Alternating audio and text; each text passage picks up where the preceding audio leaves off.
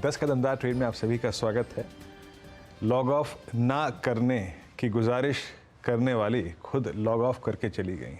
हर्षदा इस कार्यक्रम में नहीं है, इस कार्यक्रम में अगले आधे घंटे में ही रहूँगा। प्रकाश सर, इस बात का बदला लिया जाएगा, प्लीज़ कॉल कीजिएगा एक बार हर्षदा को। हालांकि इस कार्यक्रम में हमारे साथ प्रशांत जी होंगे, प्रकाश गाबा जी होंगे, रचना वैद्य फ्रेश पर्सपेक्टिव लेके, और साथ ही साथ नीलेश जैन जुड़ेंगे। बिग मार्केट वॉइसेस की कड़ी में हमारे साथ मौजूद होंगे आज Gautam Shah, founder and chief strategist Colirox premium research के, उनसे करेंगे बातचीत। और याद रखिएगा, दो जो लिस्टिंग हमारा इंतजार कर रही हैं, डॉम्स इंडस्ट्रीज़, अभी कुछ देर पहले हम इससे बातचीत कर भी रहे थे, और 790 का इशू प्राइस है, और इंडिया शेल्टर फाइनेंस, इसकी भी लिस्टिंग का इंतजार रहेगा। इंडस्ट्रीज़ को देखते हैं एक बार, जैसे कि बातचीत हुई थी, हम एक हायर लेवल्स को स्विंग मिलेगा हमको। डायरेक्टर साहब, पैरेलली स्क्रीन पे एक बार निफ्टी भी रखिएगा और ये विजुअल्स भी चलने दीजिए, क्योंकि लिस्टिंग महत्वपूर्ण है। बट याद रखिएगा, फॉर द डे वो जो 597 का क्लस्टर है, 610 का क्लस्टर है, वो अब एक बड़ा रेजिस्टेंस होगा। और स्पेशली इस चीज़ के मद्देनज़र कि हमें पूरा सहयोग जो मिल रहा है सिर्फ निफ्टी आईटी से मिल रहा है, रिलायंस से मिल रहा है। एज ऑफ नाउ ऐसा कोई भी बैंकिंग स्टॉक फ्यूचर नहीं है जो सुबह से हमने बात की हो, जो कि मददगार साबित हो उस क्लस्टर को पार कराने में। दैट्स 48 190 48 210। अब तक की समरी ये कहती हुई कि बहुत स्ट्रॉन्ग मूव आज कंज्यूमर ड्यूरेबल स्पेस में, वाइट गुड सेगमेंट में है। वोल्टास आपकी स्क्रीन पे आज का टॉप गिनर, दैट्स आई थिंक अब बाय 5.4%, 5.5% ऊपर है। दीपक नाइट्रेट केमिकल बास्केट में अच्छा करता हुआ, सन टीवी में काफ़ी स्ट्रॉन्ग मूव है, और एक बार फिर से आज कैपिटल गुड्स में बीएचएल स्ट्रॉन्ग मूव देता हुआ, पावर स्पेस में टाटा पावर में काफ़ी अच्छा खासा मूव है। एक बार आईटी रखिएगा, याद रखिएगा, निफ्टी आईटी इस 500 लगभग 19 अंकों के इजाफे के साथ इस दौर के जो हाईएस्ट क्लस्टर हैं, या फिर आप कह लीजिए कि जो हमने परसों इंट्राडे स्विंग जनरेट किया था 36,088 तक का, उसके बेहद नज़दीक आके खड़ा हुआ है। तो आईटी स्टॉक्स में काफ़ी स्ट्रॉन्ग मूव है। अगर आप कंट्रीब्यूटर्स के लिहाज से देखें तो आज टीसीएस, विप्रो, एचसीएल टेक्नोलॉजीज और इन्फोसिस सब में काफ़ी अच्छे खासे मूव आते हुए अब तक। और एक दो काउंटर जो अच्छा कर रहे हैं, दैट्स जुबिलेंट फूड वर्क्स, करीब 2% ऊपर आके ट्रेड करता हुआ। AU small finance bank, Shriram finance, इनमें भी काफ़ी अच्छा खासा मूव है। खैर, एक दो स्टॉक जहां बैकफुट पे इस वक्त रुझान है, पीईएल, इंडियाबुल्स हाउसिंग फाइनेंस और इंडस टावर, ये कुछ काउंटर जो कि बैकफुट पे आके ट्रेड कर रहे हैं। क्रूड में एक तेज़ी थी तो यहाँ पर इंडिगो भी थोड़ा सा बैकफुट पे आके ट्रेड करता हुआ। और एक कोल इंडिया एक सुपर एग्रेसिव मूव के बाद कल के आज लगभग आप समझ लीजिएगा कि 0.5%, मतलब that's called as cooling of process. इतने बड़े स्विंग को हजम करने के लिए ये ज़रूरत थी। अब आपकी स्क्रीन पर आइए, लिस्टिंग की तरफ चलते हैं। डॉम्स 790 का इशू प्राइस, लेकिन बहुत शानदार रिस्पॉन्स मिला था इसको, सब्सक्रिप्शन काफ़ी स्ट्रॉन्ग था। और दूसरा है इंडियन शेल्टर फाइनेंस कॉर्पोरेशन, 493, 7 6 5 4 3 2 1। आइए इस लिस्टिंग पे आते हैं, और आपकी स्क्रीन पे डॉम्स एट 1403, 77%, गजब। हाल की लिस्टिंग्स में से अगर आप देखें तो अगर आप टाटा की जो लिस्टिंग थी उसके बाद की अब तक की सबसे इंप्रेसिव लिस्टिंग थी, मेरे ख्याल से 605 रुपये अब ऊपर 1395 के स्तर पे डॉम्स। तेरा दूसरा लेके आइएगा इंडिया शेल्टर, ये करीब 575 पे है। ये 493 था। देखिए, स्क्रीन पर एक ऐसी चीज़ मौजूद है जिससे कंपेरिजन में शायद आपको ये फीका लगे, बट इन आइसोलेशन ये लिस्टिंग भी ठीक है। करीब आपकी स्क्रीन पे 580 पे ट्रेड करता हुआ 17% ऊपर। तो एक जो सेकेंडरी मार्केट में आज बंसी है, स्ट्रेंथ है, ऑल टाइम हाई है, equally supported by primary market as well. बहुत शानदार लिस्टिंग डॉम्स इंडस्ट्रीज की और इंडिया शेल्टर फाइनेंस कॉर्पोरेशन की। अब आइए आज की कॉल्स पे आते हैं। रचना जी, गुड मॉर्निंग। मूड माहौल अच्छा है, आपके दो ट्रेड्स और इंडस्ट्रीज पे व्यू। जी गुड मॉर्निंग। और इंडाइसिस पे मेरा व्यू यही रहेगा कि आज जो है निफ्टी में जो स्ट्रेंथ है वो ज्यादा बरकरार रहने का चांसेस है, और उसको रिलायंस का सपोर्ट है तो यहाँ पे और फॉलो थ्रू बनने का चांस है। फिलहाल हम फ्यूचर्स पे 21,650 के करीब है, और यहाँ से हम 21,700 750 की तरफ जाने का प्रयास जरूर करेंगे। 700 का नंबर शायद आज के दिन में ही हमें देखने को मिले ऑन निफ्टी फ्यूचर्स। और जहां तक मेरे स्टॉक का सवाल है, तो इस वक्त मैं वही काउंटर दूंगी जो कल 2 बजे के शो में मैंने आते ही दिया था, विच इज अल्ट्रासेमको।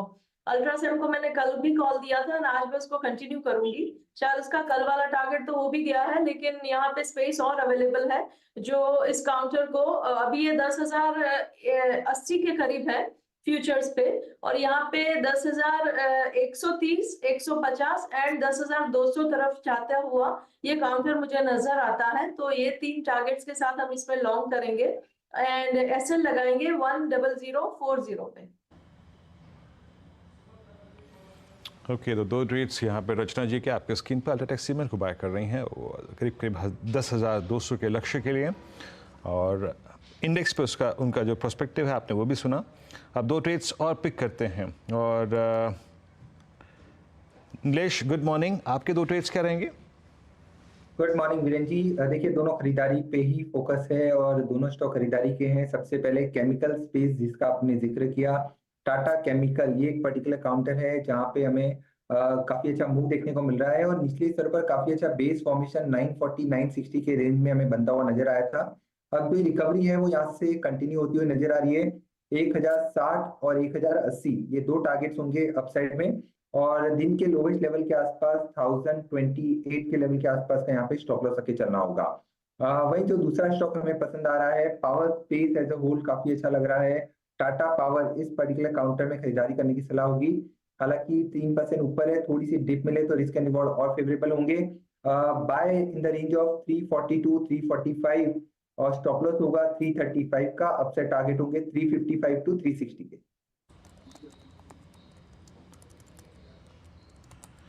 ओके, दो ट्रेड्स आपके भी यहाँ पे हो गए 644 पे और एक टाटा केमिकल्स, टाटा पावर और टाटा केमिकल। अभी बात कर ही रहा था मैं इस स्टॉक की। प्रकाश सर, आपके दो ट्रेड्स क्या रहेंगे?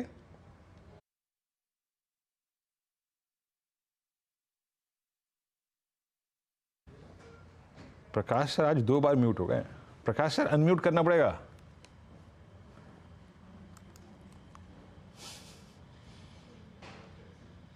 सॉरी, पता नहीं कैसे अनम्यूट हो जाता है। वेल, स्टॉक का जो नाम चुना है वो है बाटा इंडिया। यहाँ पर एक सेटअप बहुत बढ़िया है, एक ब्रेकआउट मिला है कंसोलिडेशन के बाद। ट्रेड करा है बाटा इंडिया 1714 पर, आपको मिलना चाहिए। स्टॉप होगा 1700, टारगेट होगा 1750। Bata India 1750। ओके, बाटा के ट्रेड 1715 पे। कल भी हम इस क्लोजिंग में इस स्टॉक के बारे में बात कर रहे थे। स्विंग अच्छा है, बेस से बाहर निकल के आता हुआ। प्रशांत, आपके दो ट्रेड्स? जी वीरू जी, आईटी और ऑटो दो सेक्टर्स पे ध्यान है। तो फर्स्ट पिक होगा विप्रो।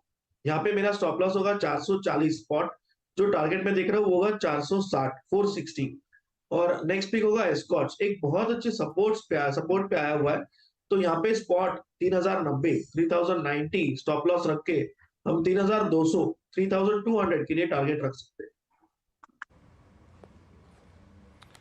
ओके, यहाँ पे आपके ये दो ट्रेड्स हो गए एस्कॉर्ट्स।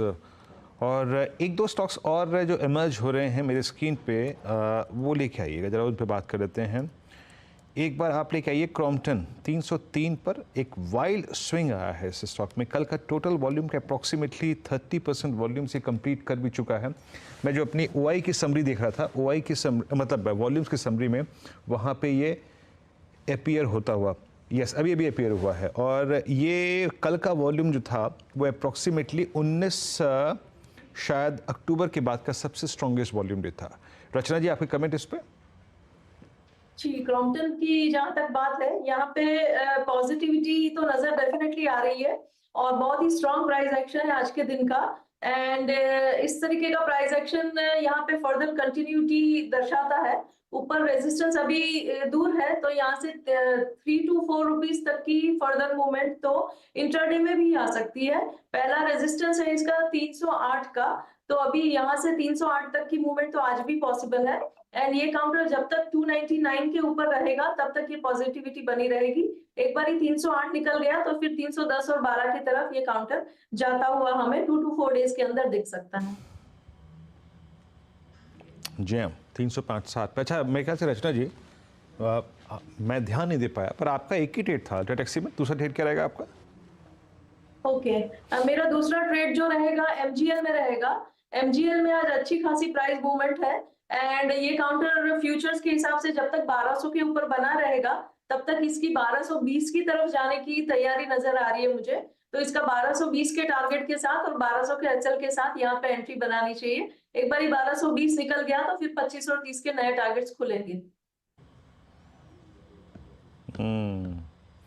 अच्छा, एक ट्रेड आपका मिस हो गया था, एक ट्रेड प्रकाश सर का मिस हो गया। प्रकाश सर, एक ही दिया था आपने सर बाटा, दूसरा क्या रहेगा? सेकंड स्टॉक है श्रीराम फाइनेंस, ट्रेड कर रहा है 2090 पर श्रीराम फाइनेंस। इसका चार्ट बढ़िया है, इंडिकेटर बेस पे एक बाई सिग्नल जनरेट हुआ है अभी। स्टॉप होगा 2060 का श्रीराम फाइनेंस पर। मेरे ख्याल से जो टारगेट होगा 2150 टू 2160, ये एक जोन है, वहां तक जाना चाहिए श्रीराम फाइनेंस। यस, ध्यान देना चाहिए on the long side. Shriram finance, इस स्टॉक पर नज़र रखिएगा और एक बार इंडेक्स देखे आइए। अब निफ्टी झूल गया है हायर लेवल से, हमें लगभग आप समझ लीजिएगा कि 60 पॉइंट मिले ड्यूरिंग द डे। बट एक बात फिर कहूँगा, क्योंकि हमारे पास बैंक निफ्टी का एडवांटेज नहीं है, किसी भी सर्कमस्टेंसेस में सुबह आपने एज ए डे ट्रेडर लिया भी था और बुक भी किया तो ठीक है, अगर नहीं भी होल्ड भी कर रहे हैं, स्टॉप प्लस अब वो वैलिड नहीं होगा। दैट 21469 अब आपको किसी भी सर्कमस्टेंसेस में इस ट्रेड को 21,500 की ट्रेजेक्टरी के नीचे रखना ही नहीं चाहिए, क्योंकि बैंक निफ्टी का हमें अभी एज ऑफ नाउ एडवांटेज नहीं मिल रहा है। आज सुबह की डायरेक्टर साहब कमेंट्री लेके आएंगे एक बार जरा प्लीज़, निफ्टी बैंक के लेवल लेके आइएगा। मैंने क्या कहा था आपको, इन एनी सर्कमस्टेंसेस, किसी भी सर्कमस्टेंसेस में वो जो दूसरा कॉल-आइटर का जोन है बैंक निफ्टी में, वो इंडिकेट कर रहा है कि 48,177 और 48,210 मॉर्निंग के लेवल ले आइए रेजिस्टेंस की प्लेट, तो ज़्यादा मेहरबानी होगी। वहाँ पे आपको अपने प्रॉफिट्स को कैश में कन्वर्ट करना है, चाहे वो कल लिया हो या मॉर्निंग मिले, और एग्जैक्टली वही ट्रेजेक्टरी हाई है। वो 200 जो का कॉल राइटर है ना, इसने कल भी और परसों भी काफ़ी पनिश किया था। तो अभी हम उसके नीचे आते हुए और बैंक निफ्टी इंटरडे में एक बार 48,000 के नीचे भी खिसक गया। And same is the case with Nifty 21,538। Back foot पे क्या क्या है, एक बार थोड़ा चार्ट चेक वहाँ भी लेते हैं, क्योंकि क्रूड में तेज़ी थी तो आज इंडिगो थोड़ा कूल ऑफ हो रहा है, कोल इंडिया कूल ऑफ हो रहा है, आरबीएल बैंक कूल ऑफ हो रहा है। प्रशांत, एक बार आरबीएल पे अपना टेक दीजिएगा। एक स्ट्रॉन्ग मूव के बाद 3 दिन से रिट्रेसमेंट जारी है, कोई सॉफ्टनेस यहाँ पे एक्सीड कर सकती है क्या, वीकनेस आ सकती है, आपका व्यू यहाँ पर? जी वीरू जी, पोजिशनली मैं इस पे काफी बुलिश हूँ। मुझे लग रहा है एक्यूमुलेट करना चाहिए। आपका जो स्टॉप लॉस होना चाहिए वो होना चाहिए 275 स्पॉट में, और यहाँ से मुझे लग रहा है ये कंफर्टेबली जो नेक्स्ट लेग ऑफ रैली शुरू होगी वहां पे 310 300 ये लेवल कंफर्टेबली दिखा सकता है। तो बुलिश ऑन द स्टॉक बिल्कुल ऐड करना चाहिए। ओके, आरबीएल बैंक, इस पर एक टेक्निकल व्यू है और हालांकि बहुत ये वीकनेस बड़े इस बात के बहुत संकेत नहीं है। खैर, Nifty at 21,538 but still this is all time high, और आपकी स्क्रीन पे 47,977 बैंक निफ्टी बैक फुट पे आता हुआ 48,000 के जोन को सरेंडर करता हुआ। एक ब्रेक का वक्त है 10 कदमदार ट्रेड में, और एक छोटा सा जब ब्रेक लेके लौटेंगे तो टेक्निकल पर्सपेक्टिव से, पोजिशनल पर्सपेक्टिव से, chart setup, Nifty bank Nifty IT के क्या कहते हैं, एक खास चर्चा, एक खास मेहमान। जी हाँ, हमारे साथ आज गौतम शाह इस चर्चा में खास तौर पर मौजूद होंगे, उनसे करेंगे बात आज CNBC आवाज़ की जो खास कड़ी है बिग मार्केट वॉइसेस में। एक छोटा सा ब्रेक लेकर तुरंत हाजिर होते हैं।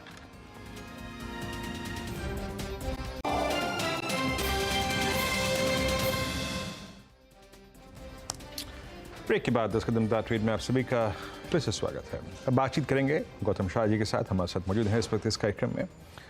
गौतम जी नमस्कार, कार्यक्रम में स्वागत है। और आपसे पिछली जो बातचीत हुई, वार्तालाप हुई, और इस बातचीत के बीच में लेवल्स में बहुत बड़ा अंतर आ गया। We are at all time high. वो कहते हैं ना सोने पे सुहागा। आई मीन, ये जब स्टेट इलेक्शंस के वर्डिक्ट आए, एक हमको स्विंग तब मिला, एक कॉन्फिडेंस तब मिला, और दूसरी चीज़ ग्लोबल मार्केट्स का सेटअप इतना अच्छा हो गया कि हमारी ये रैली और कंटिन्यू कर गई।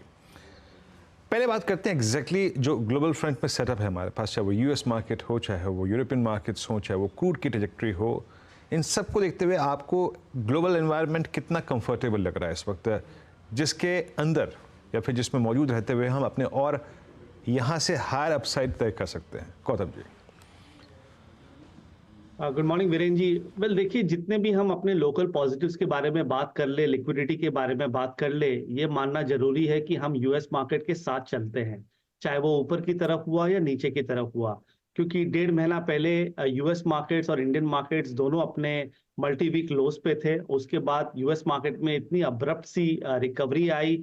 आपने डाउ को देखा जिस तरीके से वो घूमा, S&P 500, नैस्डैक, और उसके साथ साथ इंडियन मार्केट्स भी साथ में घूमा। In fact India is probably one of the only markets in the world जो यूएस मार्केट के एकदम साथ साथ चल रहा है ऑन अ डेली बेसिस। अगर आप दोनों का चार्ट साइड बाय साइड लगा के देखेंगे तो आपको दिखेगा कि कितनी अच्छी कोरिलेशन है, और ये कोरिलेशन सालों से है। और इसके साथ साथ जिस तरह की डोमेस्टिक लिक्विडिटी है, जो 16,500 करोड़ का जो लिक्विडिटी हर महीना अपने सिस्टम में आ रहा है, ये ऑब्वियसली मार्केट को ज्यादा सपोर्ट करती है। बट आज के मार्केट को समझने के लिए आई थिंक आपको पिछले 3 महीना समझना जरूरी है कि जब खराब टाइम था, न्यूज़ फ्लो इतनी अच्छी नहीं थी, जियोपॉलिटिकल रिस्क थे, इलेक्शंस का एक एक प्रॉब्लम था, लोगों को पता नहीं था कि कैसी रिजल्ट आएगी, इन्फ्लेशन, इंटरेस्ट रेट्स, ये सारी चीज के बारे में हम जब बात कर रहे थे, तो मार्केट ने कोई वीक रिएक्शन नहीं दिया। और उस समय भी अगर आपको याद होगा तो मिड कैप्स और स्मॉल कैप्स चलते थे, और एक ब्रेथ मार्केट में हमेशा से पॉजिटिव रही है।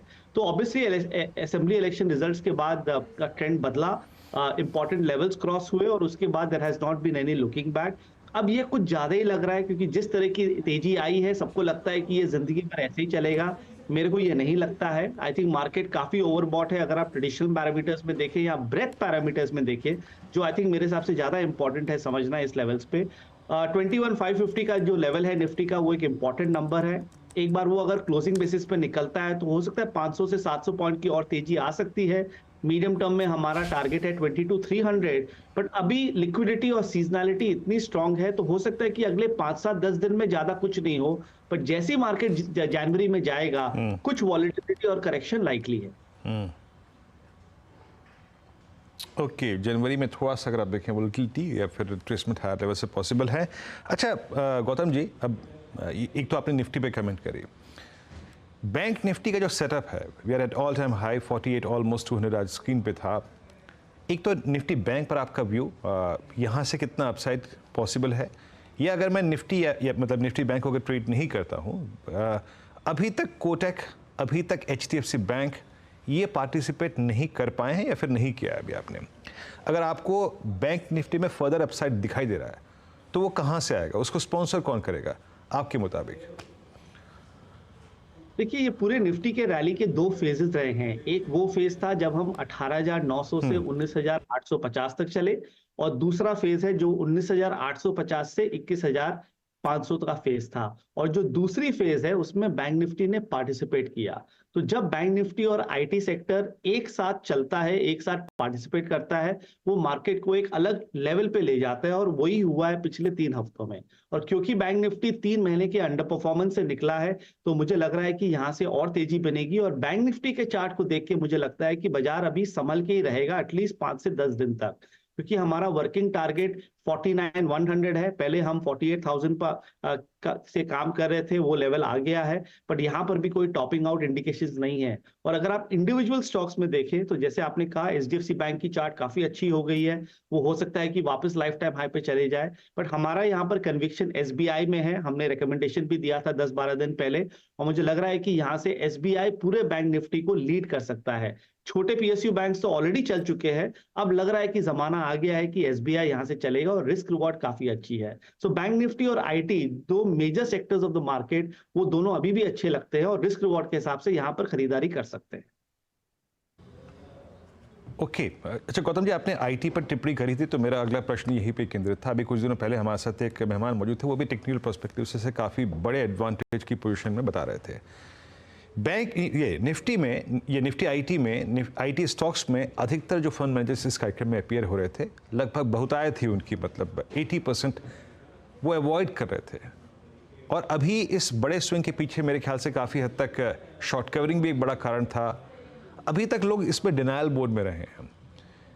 अभी आपको सेटअप के अनुसार लग क्या रहा है? आई मीन, क्या हम वो जो स्विंग हाई था या फिर जो ऑल टाइम हाई है जनवरी 2022 का, उसके नियर, उसके नज़दीक जाने का अटेम्प्ट ले सकते हैं निफ्टी IT में? और ऐसे में front line IT, large cap IT क्या ज़्यादा पार्टिसिपेट करेगा इस स्विंग में? देखिए, अभी जिस तरह का मार्केट है ना, आपको एनालिस्ट होने की जरूरत नहीं है, क्योंकि अगर आप कुछ भी लेते तो बाजार चल रहा है, चाहे वो उसमें फंडामेंटल्स हो या नहीं हो, अभी वैसा जमाना आ चुका है। बट आई थिंक इस मार्केट में रिस्क रिवॉर्ड को समझना बहुत जरूरी है, और रिस्क रिवॉर्ड के हिसाब से मुझे लगता है कि IT में डाउनसाइड कम है और अपसाइड पोटेंशियल काफी है। अगर मार्केट में करेक्शन भी आ जाए तो आईटी स्टैंड आउट करेगा।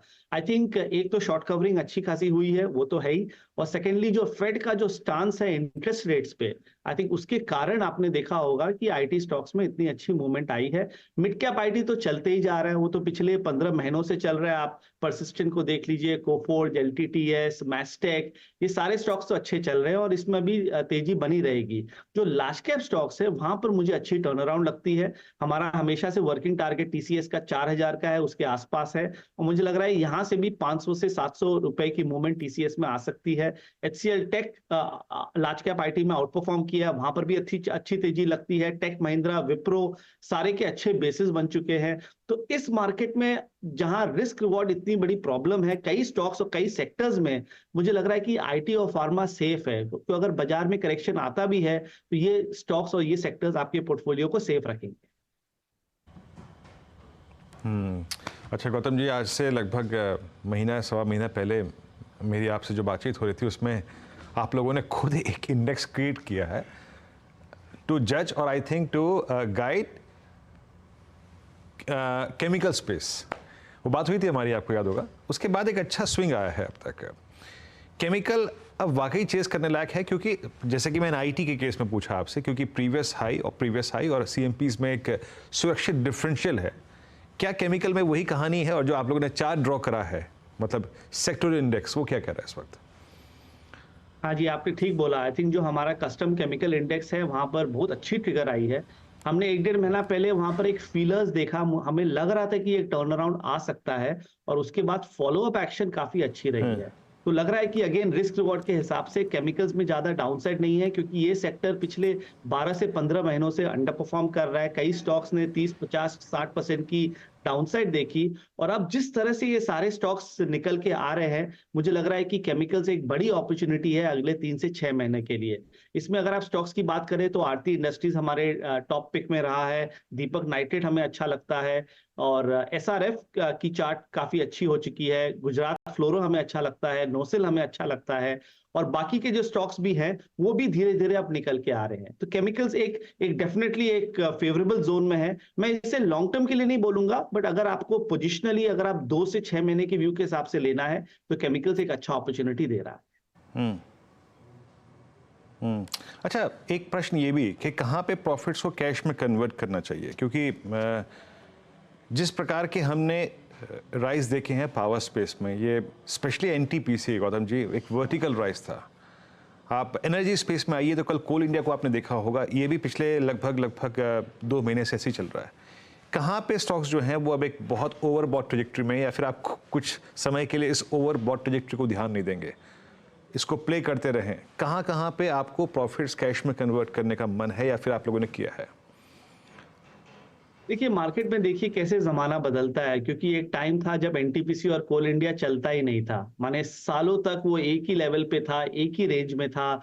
लोग थक गए थे कि इसमें इतनी अच्छी वैल्यू है, इतनी अच्छी डिविडेंड यील्ड है, इतनी अच्छी अर्निंग्स है, और उसके बावजूद वो चलता नहीं था। बट अभी जो ट्रिगर आई 6 महीना पहले, आई थिंक मेरे हिसाब से वो मल्टी ईयर ब्रेकआउट थी, और जब मल्टी ईयर ब्रेकआउट होती है तो उसका जो इम्पैक्ट है वो काफी महीने, काफी क्वार्टर्स और काफी साल तक रहता है। आपको याद होगा 1-1.5 साल पहले हम आपको ये सेम चीज रियल एस्टेट में बताते थे, जहां मैंने कहा था कि 10 साल की ब्रेकआउट आई है। 2008 के बाद 2021 में वहां पर ब्रेकआउट हुआ था, उसके बाद there is no looking back. अभी भी रियल एस्टेट सेक्टर इतना स्ट्रांग है। तो पीएसयू में जो स्टॉक्स पिछले 10 साल में नहीं चले हैं वहां पर और तेजी बनेगी। एनटीपीसी, कोल इंडिया, पावर ग्रिड अभी भी एक्सपेंसिव स्टॉक्स नहीं है, अभी भी चीप है। स्मार्ट मनी अब उसमें घुसने की कोशिश कर रहा है, तो इसमें तो आई थिंक ट्रेंड जारी रहेगी, इसमें बने रहने चाहिए।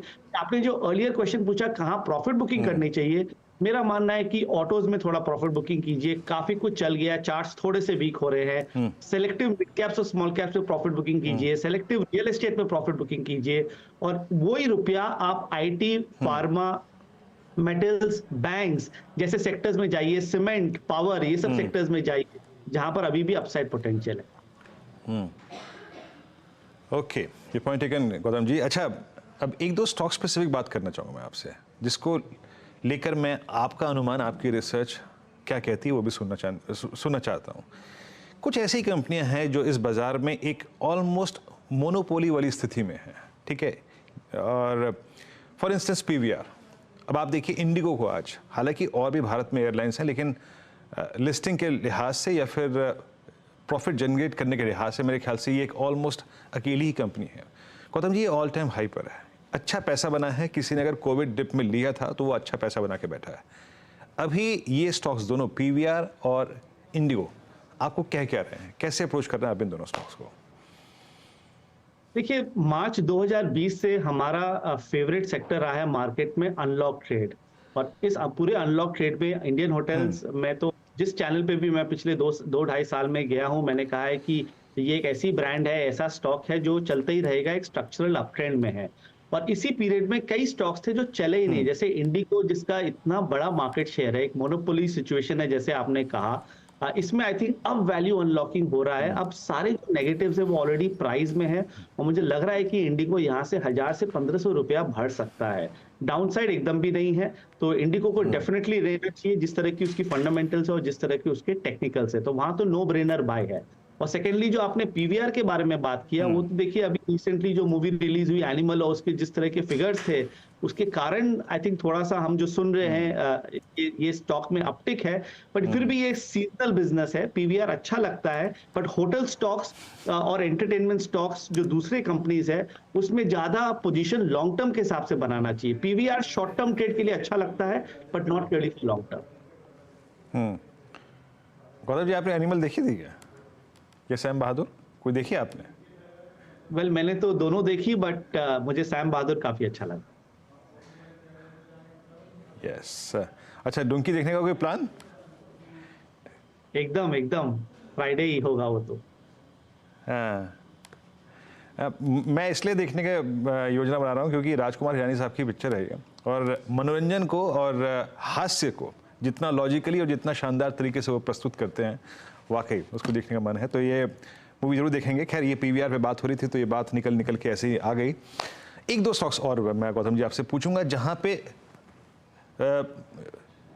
बेस से स्टॉक बाहर निकल के आ रहे हैं। फॉर इंस्टेंस जुबिलेंट फूड्स, और इसी स्पेस का आई थिंक एक जोमेटो आपने देखा होगा, एक सीरियस जर्नी तय करी इसने।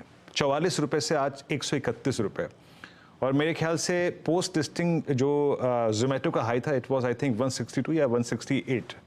इन दोनों स्टॉक्स पर आपका व्यू क्या है इस वक्त, या फिर इसी सेगमेंट कोई स्टॉक अच्छा लग रहा है आपको? तो आज ऐसे लग रहा है कि आपके स्टॉक्स और मेरे स्टॉक्स काफी सिमिलर हो रहे हैं, क्योंकि मुझे दोनों अच्छा लगता है। जोमेटो तो हम 50-55 से ट्रैक कर रहे हैं, हमारा एक हाई कन्विक्शन आइडिया रहा है, क्योंकि मेरा ये हमेशा से मानना है कि अब हमारा जो देश है वो जोमेटो के बिना I think in a way operate कर नहीं सकता है। तो जब वो 50-55 के लेवल्स पे था तो मुझे लगता था कि इसमें बहुत बड़ी तेजी है, और अभी भी अगर किसी का 2 से 5 साल का व्यू है तो जोमेटो हर डिप पे लेना चाहिए। यहाँ से 200 से 250, यहाँ से भी 2x हो सकता है, बट ये समझ के चलना पड़ेगा कि काफी चल चुका है, तो हर डिप पे लीजिए। और दूसरी स्टॉक जो आपने कहा Jubilant food works, again that is a household name, और काफी ऐसे स्टॉक्स हैं जो पिछले 15 महीने या 18 महीने से नहीं चले, पर जैसे आपने ठीक कहा वो बेस से निकल रहे हैं। तो जुबिलेंट फूड वर्क्स भी इस लेवल्स पे खरीदारी करनी चाहिए, डाउनसाइड एकदम नहीं है, और अगर बाजार गिरता भी है तो इसमें आपको स्टेबिलिटी मिलेगी। एक और इसी सेक्टर्स में एक और स्टॉक है जो हमें अच्छा लगता है, जो हमने एक हफ्ता पहले रेकमेंड किया था, वो है IRCTC। पूरा रेलवे सेक्टर चल गया, पूरा सेक्टर चल गया, IRCTC एक ही लेवल पे पिछले 18 महीनों से है, ब्रेकआउट काफी अच्छी आई है, और यहां से भी मुझे लग रहा है कि 20 से 40% की तेजी आनी चाहिए। तो हमारा गोल्डीलॉक्स में अभी पूरा वही फोकस है कि उन स्टॉक्स में काम करें जो ज्यादा चले नहीं है, जिसके फंडामेंटल्स अच्छे हैं और जिसमें इंस्टीट्यूशनल एक्शन अच्छी है। अगर आप इसको ध्यान में रखेंगे तो बाजार में अगर वॉलेटिलिटी भी आती है तो आपका पोर्टफोलियो ठीक रहेगा। चलिए गौतम जी, बहुत बहुत शुक्रिया, आप इस चर्चा में शामिल हुए और बड़ी खूबसूरत और बहुत ही शानदार बातचीत हुई आपसे पिछले 20 मिनटों में, और सभी सेक्टर्स पे, सभी स्टॉक्स पे भी आपने खोल के अपने मत रखिया। बहुत बहुत शुक्रिया। बैंक निफ्टी एट 48,000 और 21,558 अभी भी आपकी स्क्रीन पे ऑल टाइम हाई पर निफ्टी ट्रेड करता हुआ। रचना जी, नीलेश जी, बहुत बहुत शुक्रिया, आप इस कार्यक्रम में शामिल हुए। सभी स्टॉक्स और इंडस्ट्रीज पर आए रखिए आपने। ये तेज़ी, ये मजबूती, निफ्टी IIT का 500 अंकों का उछाल दे जाते हैं नीरज जी के हाथ में। Neeraj ji, over to you. जी, तो वीरेंद्र जी, अभी क्रिसमस रैली में कहाँ तक के लक्ष्य आप देख रहे हैं? नीरज जी, रिलायंस का और निफ्टी आईटी का बेनिफिट रहा तो निफ्टी के लिए तो अभी एज ऑफ नाउ 21,700 की डगर खुली है। बैंक निफ्टी 48,200 पार कर देना, और अभी तक सुबह से लेकर अब तक कोई भी बैंकिंग स्टॉक फ्यूचर ऐसा नजर नहीं आया। कृपा यहीं अटकी हुई है। कृपा खुल जाएगी सर। कृपा तो मतलब खुल जाएगी। जिस तरह से हमारे अमेरिकी भाई लोग साथ दे रहे हैं ना, उससे लग नहीं रहा कि कृपा फंसेगी कहीं पे। और मतलब वहाँ तो खैर गजब ही मचा हुआ है, उसमें कोई शक नहीं है। अच्छा नीरज जी, मैं तो खैर चार्ट्स पे देखता हूँ, ज़्यादा प्राइस पे बिलीव करता हूँ। नेस्डेक यहाँ से और डोमिनेट करेगा रैली को, आपको लगता है इस बार? बिल्कुल करेगा, अब वही करेगा। उसमें एक खाली कैच है वर्मा जी, अभी जो जनवरी का पहला हफ्ता होगा ना, शुरू के 15 दिन, उसमें कंपनियां अपने रिजल्ट Q4 के देंगी, साथ ही साथ अगले साल का पूरा खर्चा पानी बताएंगी कि उनके एक्सपेंशन प्लान्स क्या है, आईटी पे कितना खर्च करेंगे। तो वो भारतीय आईटी कंपनियों के लिए भी बहुत इंपॉर्टेंट होगा और वहाँ की कंपनियों के लिए भी। तो वो एक है, लेकिन ज़्यादातर चीज़ें डिस्काउंटेड है यूएस मार्केट में, इंडिया में पता नहीं कितनी डिस्काउंटेड है, तो इसलिए बहुत ज़्यादा कोई चिंता नहीं। नेक्स्ट लेग आपको जो मैग्निफिसेंट 7 है वहीं से दिखेगा, तो नैस्डैक भी एक नई रफ्तार पकड़ेगा, पूरी संभावना वहाँ पे। जी हाँ, तो खैर नज़र बनी रहेगी। सेंटर रैली जो आज चल रही है इसको एंजॉय करिए। सवाल जवाब का सिलसिला शुरू करते हैं। सबसे पहले हेडलाइंस।